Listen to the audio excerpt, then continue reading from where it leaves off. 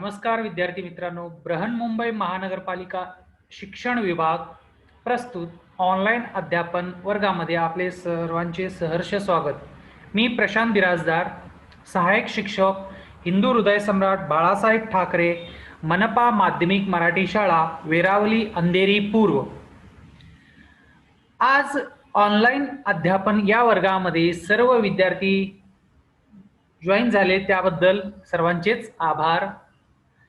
शाळा बंद पण शिक्षण सुरू या उपक्रमाअंतर्गत बृहन्मुंबई महानगरपालिकातर्फे education PMC education 9th Marathi या यूट्यूब चॅनल आपण सबस्क्राईब करू शकता आणि त्यावरती आपले असणारे विविध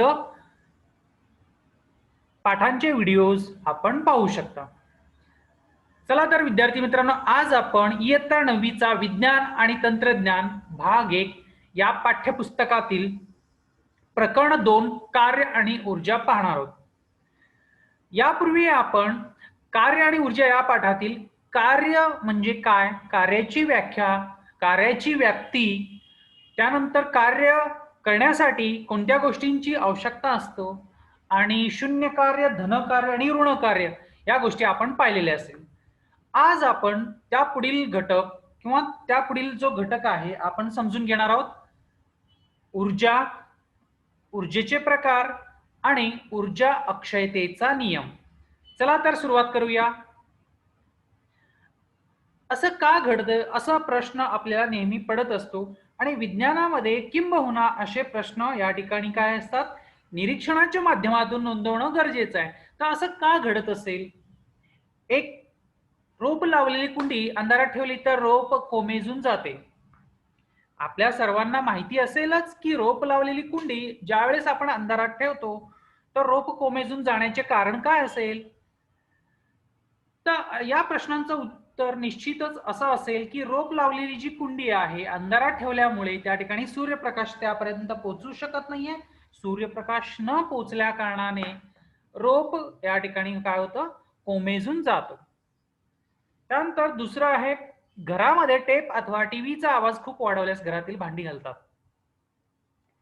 ज्या वेळेस ध्वनीची जी तीव्रता असतं कमी असेल त्यावेळेस घरातील भांडी किंवा घरातील रॅक काही हलू शकत नाहीत.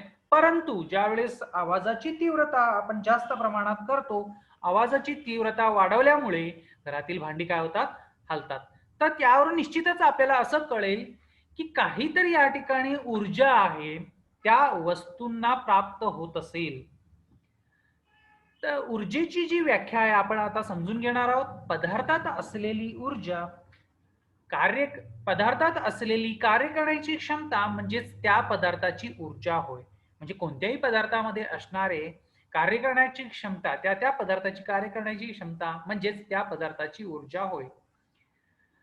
आता आपण कार्य आणि ऊर्जेची एकक सारखीच आहेत हे समजून घेणार आहोत. आता कार्याचं SI पद्धतीतील एकक जूल आहे आणि CGS पद्धतीतील एकक सुद्धा काय आहे, अर्गच आहे. म्हणजेच काय, तर थोडक्यात कार्य आणि ऊर्जेची एकक दोन्ही काय आहेत, सारखीच आहेत. SI पद्धती म्हणजे काय, तर इंटरनॅशनल सिस्टीम. आपण त्याचं शॉर्ट फॉर्म संक्षिप्त रूप बघतोय. SI पद्धती म्हणजेच काय, तर इंटरनॅशनल सिस्टीम, आंतरराष्ट्रीय पद्धती, एकक मोजण्याचे हे जे आंतरराष्ट्रीय पद्धत मान्य केलेले आहेत. म्हणून SI पद्धतीत एकक काय आहे, तर जूल आहे. आणि CGS याचा जो शॉर्ट फॉर्म आहे CGS, त्याचा फुल फॉर्म असणार आहे सेंटीमीटर, ग्रॅम आणि सेकंद. पद्धतीत एकक काय आहे, तर अर्ग आहे. तर SI पद्धतीत एकक जूल व CGS पद्धतीत एकक अर्ग आहे ऊर्जेची. त्यानंतर आपण ऊर्जा विविध रूपात आढळते हे समजून घेणार आहोत. आपल्याला निश्चितच कल्पना असेलच की ऊर्जा निसर्गामध्ये विविध रूपामध्ये आढळतो आणि सर्वात महत्वाचा ऊर्जेचा जो स्रोत आहे तो सूर्य आहे. सूर्यापासून आपल्याला अपारंपरिक ऊर्जा प्राप्त होऊ शकतो. पुष्कळ प्रमाणात या ठिकाणी ऊर्जेपासून आपल्याला सूर्यापासून ऊर्जा प्राप्त होऊ शकतो. तर चला तर समजून घेऊया ऊर्जेचे विविध रूप. ऊर्जेचे विविध रूप पाहत असताना ज्यामध्ये काही ऊर्जेची रूप या ठिकाणी दिलेली आहेत, जसे की विद्युत ऊर्जा, पवन ऊर्जा, प्रकाश ऊर्जा, ध्वनी ऊर्जा, अणु ऊर्जा, रासायनिक ऊर्जा, सौर ऊर्जा इत्यादी यापैकी काही या ठिकाणी काय आहेत घटक दिलेले आहेत. त्यावरून आपल्याला निश्चितच कळेल की ऊर्जा जे आहे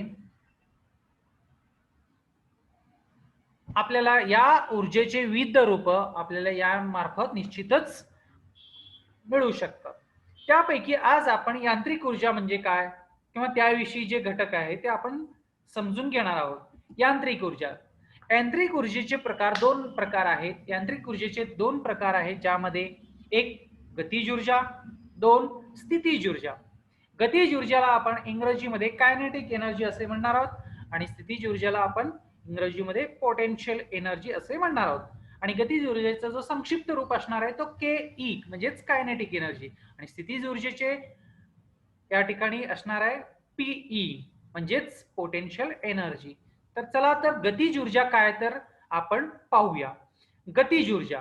तर गतिज ऊर्जा समजून घेण्यासाठी या ठिकाणी उदाहरणं दिलेले आहे. शेजारच्या चित्रामध्ये आपल्याला पाहिल्यानंतर निश्चितच अवगत होईल की ज्या वेळेस एखादा क्रिकेटपटू किंवा गोलंदाज, वेगवान गोलंदाज या ठिकाणी चेंडू टाकत असतो. मग चेंडू ज्या वेळेस तो टाकत असताना आपल्याला निश्चितच लक्षात येईल की चेंडू हा गतिमान असणार आहे आणि या ठिकाणी स्टंप जे आहे ते काय आहेत तर स्थिर आहेत. म्हणजेच काय तर स्टंप स्थिर आहेत आणि गतिमान काय आहे तर चेंडू. ज्या वेळेस गतिमान चेंडू स्टंपवर आदळेल, मग स्टंप हे स्थिर असल्यामुळे त्याच्यामध्ये स्थितीज ऊर्जा निश्चितच असेल.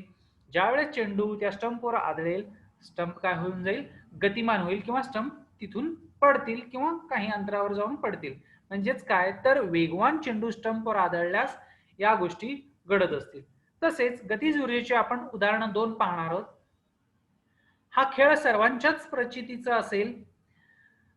या खेळामध्ये ज्याला आपण कॅरम असे म्हणतो, कॅरम बोर्ड खेळत असताना जे मध्यभागी ठेवलेले सोंगटी, त्या सोंगटीला स्ट्रायकरने मारायचा असतो. ज्या स्ट्रायकरने आपण ज्या वेळेस मारतो, आता निश्चितच सोंगटी ज्या आहेत ते स्थिर आहेत आणि ते मध्यभागी एकवटलेले आहेत आणि स्ट्रायकरच्या माध्यमातून मारत असताना स्ट्रायकर मध्ये काय होतं गतिमान असल्यामुळे स्ट्रायकरची जी ऊर्जा आहे त्या स्थिर असलेल्या वस्तूमध्ये सामावलं जातं आणि तिथून सोंगटी काय होतात गतिमान होतात. तर या कॅरमच्या स्ट्रायकरने सोंगटीला मारल्यास या ठिकाणी हे बदल आपल्याला आढळून येतात. तर गतिज ऊर्जेची व्याख्या काय होईल. गतिज ऊर्जा म्हणजेच काय तर पदार्थाच्या गतिमान अवस्थेमुळे पदार्थास प्राप्त झालेल्या ऊर्जेस गतिज ऊर्जा असे म्हणतात. म्हणजे पदार्थ आहे आणि या पदार्थामध्ये असणारे जी गतिमान अवस्थेमुळेच त्या पदार्थास ती ऊर्जा प्राप्त होतं. म्हणूनच त्याची व्याख्या दिलेली, पदार्थाच्या गतिमान अवस्थेमुळे पदार्थास प्राप्त झालेल्या ऊर्जेस गतिज ऊर्जा असे म्हणतात. मग गतिज ऊर्जेचं समीकरण काय असणार आहे. कायनेटिक एनर्जी के बरोबर 1/2 mv वर्ग. के या ठिकाणी संक्षिप्त रूप असणार आहे गतिज ऊर्जेचे आणि इंग्रजीतील संक्षिप्त रूप के बरोबर 1/2 mv वर्ग. चला तर गतिज ऊर्जेचे समीकरण, गतिज ऊर्जा हे समीकरण कशा पद्धतीने आपल्याला प्राप्त होतो हे आपण सविस्तर पाहणार आहोत. गतिज ऊर्जेचे समीकरण. समजा एक वस्तू आहे, त्या वस्तूचा वस्तुमान m आहे असं आपण मानून घेऊ. समजा वस्तुमानाची एक स्थिर अवस्थेत असून लावलेल्या बलामुळे त्यावरती जे आपण बल प्रयुक्त करतो तो बलामुळे ती गतिमान झाली. म्हणजे स्थिर असलेल्या वस्तूला लावलेल्या बलामुळे ती वस्तू काय झाली गतिमान झाली. यू हा तिचा आरंभिक वेग आहे. यू म्हणजे या ठिकाणी इनिशियल व्हॅल्यू आणि त्याची किंमत काय असणार आहे 0 आहे. म्हणून यू बरोबर 0 आहे. त्या वस्तूवर एफ इतके बल लावल्याने, आता इथे एफ हा काय तर फोर्स बल असणार आहे. त्या वस्तूवर एफ इतके बल लावल्याने त्या वस्तूत ए एवढे त्वरण निर्माण झाले. ए म्हणजे एक्सेलरेशन. ए इतका त्वरण या ठिकाणी निर्माण झाला आणि त्यानंतर टी कालावधीनंतर तिचा अंतिम वेग व्ही झाला. टी येथे टाइम असणार आहे, काळ असणार आहे किंवा वेळ असणार आहे. हे टी म्हणजेच काय असणार तर टाइम असणार आहे आणि व्ही म्हणजे व्हेलॉसिटी, अंतिम वेग या ठिकाणी व्ही घेणार आहोत आपण. या कालावधीचे झालेले विस्थापन एस असणार आहे, म्हणून वस्तूवर झालेले कार्य. विस्थापन म्हणजे तर या ठिकाणी डिस्प्लेसमेंट, एस हे संज्ञा आहे आणि विस्थापन म्हणजे काय तर डिस्प्लेसमेंट असणार आहे, म्हणून वस्तूवर झालेले कार्य. कार्याची जी काही व्याख्या आहे त्या कार्याची आपण व्याख्या यापूर्वीच्या पाठामध्ये पाहिलेला आहोत किंवा यापूर्वीच्या तासिकेला आपण पाहिलेले आहे.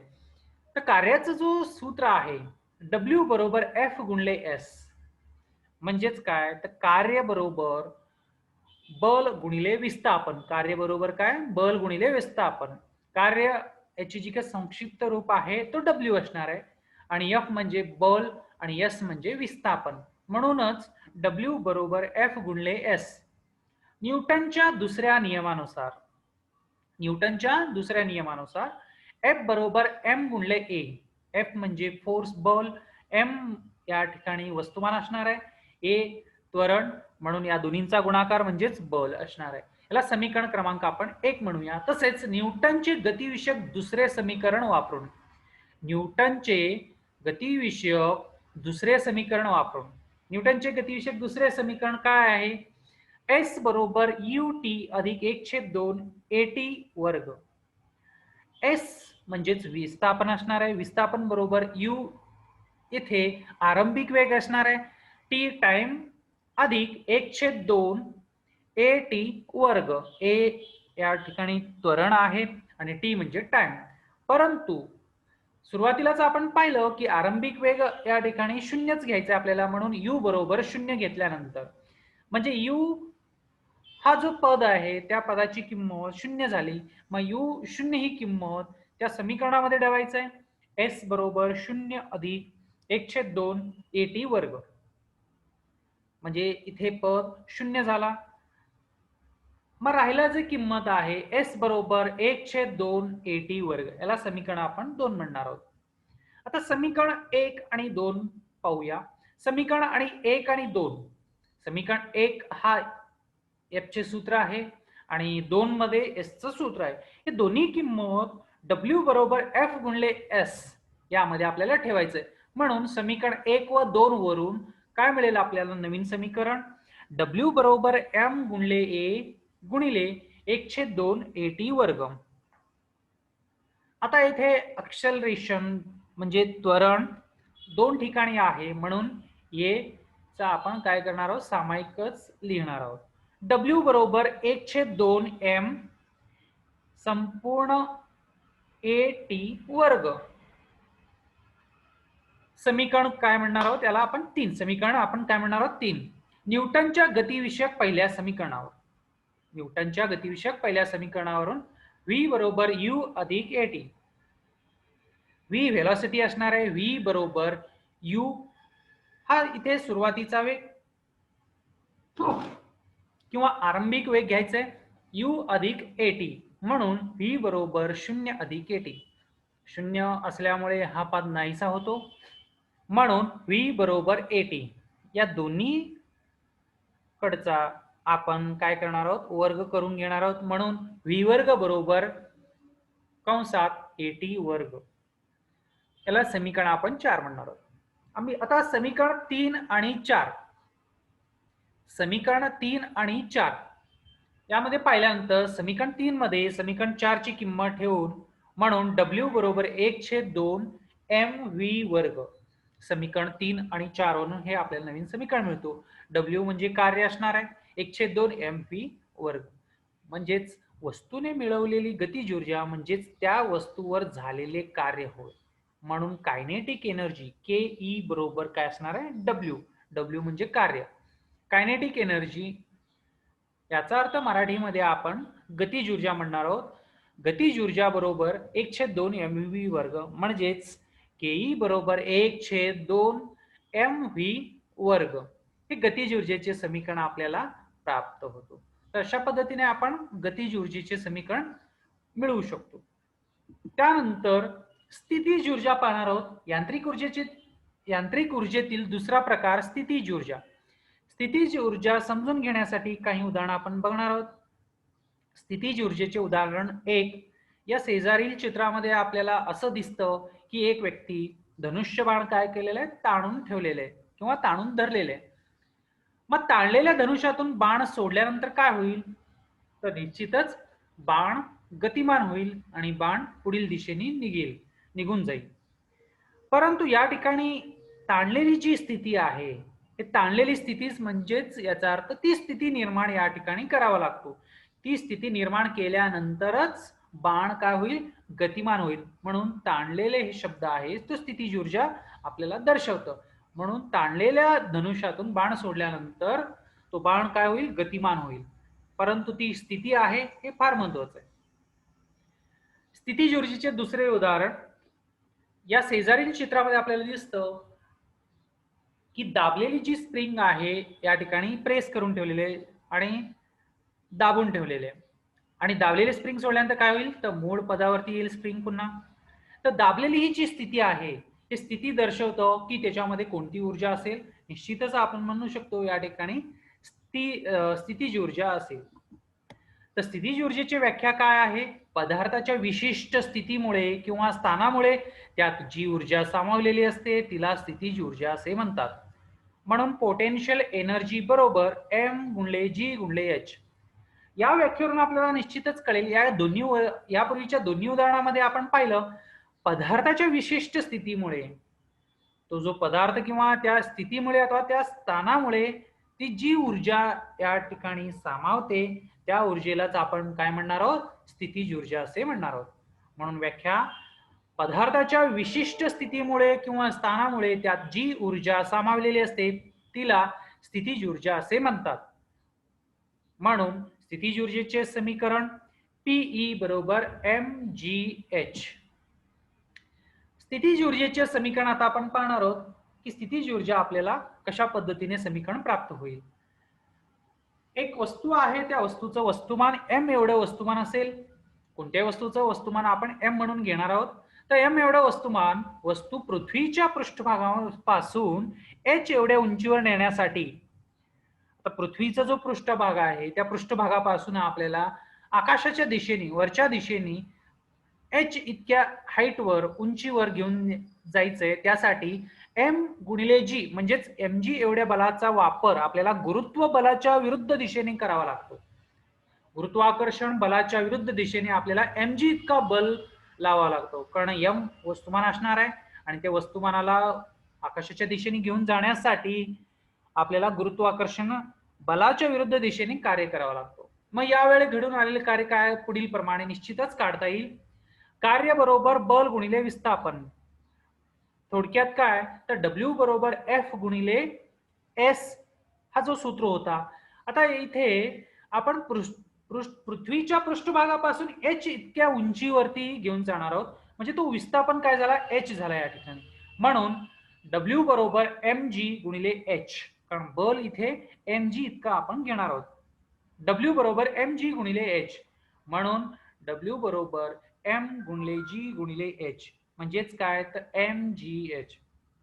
म्हणून विस्थापनामुळे वस्तूत सामावलेली स्थितीज ऊर्जा Pe बरोबर पोटेन्शियल एनर्जी बरोबर m गुणिले g गुणिले h.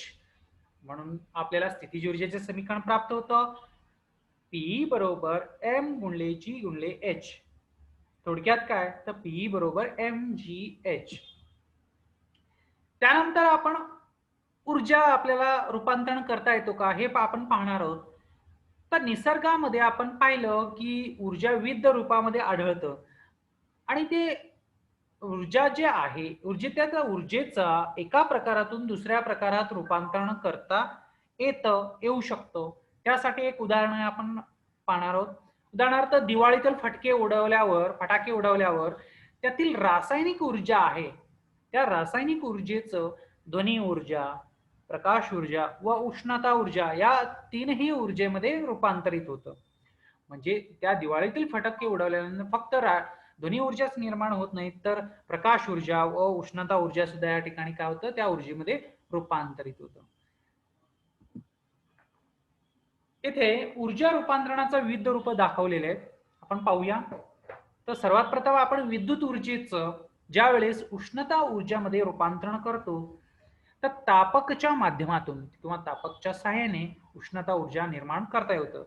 तापक म्हणजे काय, तर हीटर, आपण त्याला हीटर म्हणू शकतो. विद्युत ऊर्जा हीटरच्या माध्यमातून किंवा गिझरच्या माध्यमातून उष्णता ऊर्जा निर्माण करता येऊ शकतं. आणि तोच उष्णता ऊर्जा पुन्हा आपल्याला तापयुग्मकाच्या माध्यमातून पुन्हा विद्युत ऊर्जेमध्ये रूपांतरण करता येतं.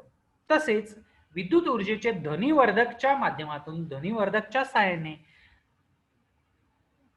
ध्वनी ऊर्जा आपल्याला निर्माण करता येतो आणि ध्वनी ऊर्जा पुन्हा सूक्ष्म श्रवणीच्या माध्यमातून विद्युत ऊर्जा पुन्हा प्राप्त करता येतो किंवा रूपांतरण करता येतो. ध्वनी ऊर्जेचे सूक्ष्म श्रवणी म्हणजे मायक्रोफोनच्या माध्यमातून पुन्हा आपल्याला विद्युत ऊर्जा रूपांतरण करता येतो. तसेच विद्युत ऊर्जेचे रासायनिक ऊर्जामध्ये दुय्यम घटकाच्या माध्यमातून दुय्यम घट या घटाच्या माध्यमातून रासायनिक ऊर्जा प्राप्त करता येतो आणि रासायनिक ऊर्जा प्राथमिक घटाच्या माध्यमातून किंवा प्राथमिक घटाच्या सहाय्याने पुन्हा विद्युत ऊर्जा रूपांतरण करता येतं.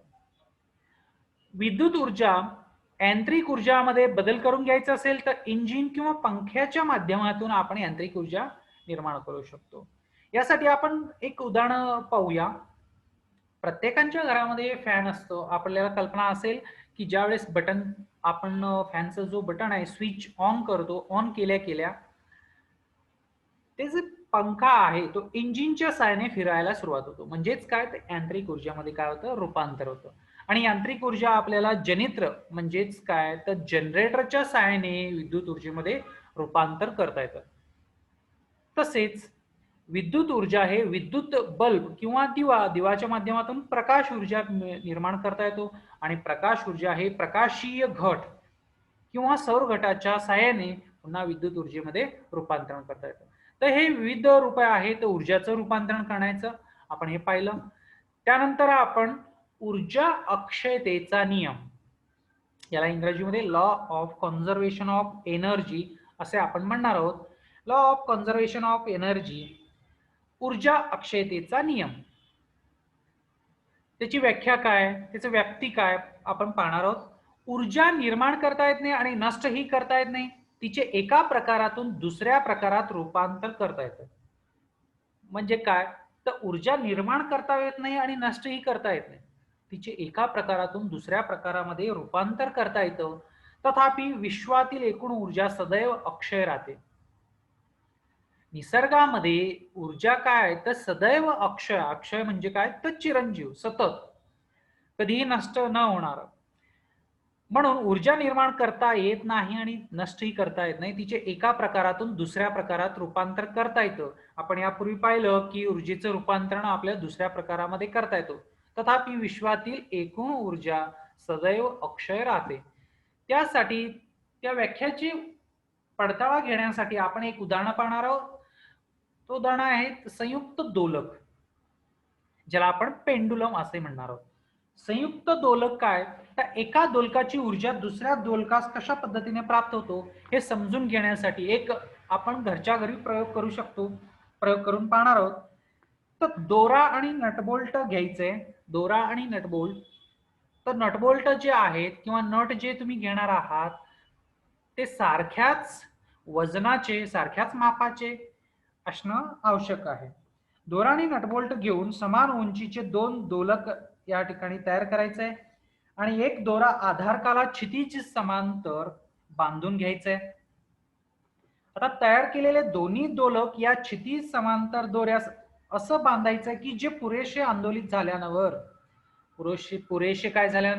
आंदोलित झाल्यानंतर एकमेकावर आदळणार नाहीत याची आपल्याला काळजी घ्यायची आहे. दोन्ही दोलकाची उंची समान ठेवायची आहे. उंची यासाठी की एक सारखेच असणं गरजेचं आहे आणि हे पण महत्वाचं आहे की ज्यावेळेस आंदोलित होतील ते एकमेकावर आदळणार नाहीत याची खूप काळजी आपल्याला घ्यायची आहे. आता एका दोलकास दोलनं द्यायचंय आणि थोडा वेळ निरीक्षण करू शकता आपण. एका दोलकाला ज्यावेळेस दोलनं देतो, निरीक्षण केल्यानंतर आपल्याला असं आढळेल सुरुवातीला त्याचा वेग जास्त असणार आहे, त्याचा वेग हळूहळू गती काय होत जाणार आहे, कमी कमी कमी होत जाणार आहे, गती कमी कमी होत जाणार आहे आणि त्याच वेळी स्थिर असलेला दुसरा दोलक हळूहळू काय होणार आहे, गतिमान होणार आहे.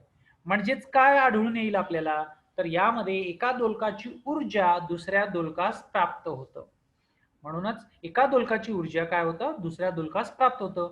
म्हणून या संयुक्त दोलकाच्या माध्यमातून आपण ऊर्जा अक्षयतेचा नियम याचा पडताळा आपण घेऊ शकतो.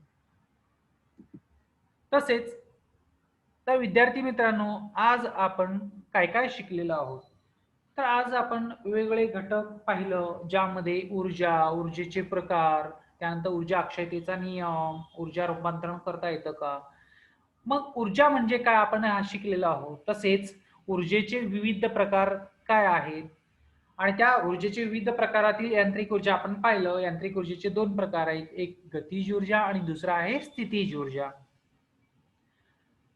त्यानंतर आपण ऊर्जा रूपांतरण पाहिलं. ऊर्जा रूपांतरण करता येतो का? होय, निश्चितच आपल्याला कल्पना आहे की विद्युत ऊर्जेचे रूपांतर आपण ध्वनी ऊर्जामध्ये करून पाहिलं किंवा उष्णता ऊर्जामध्ये करून पाहिलं.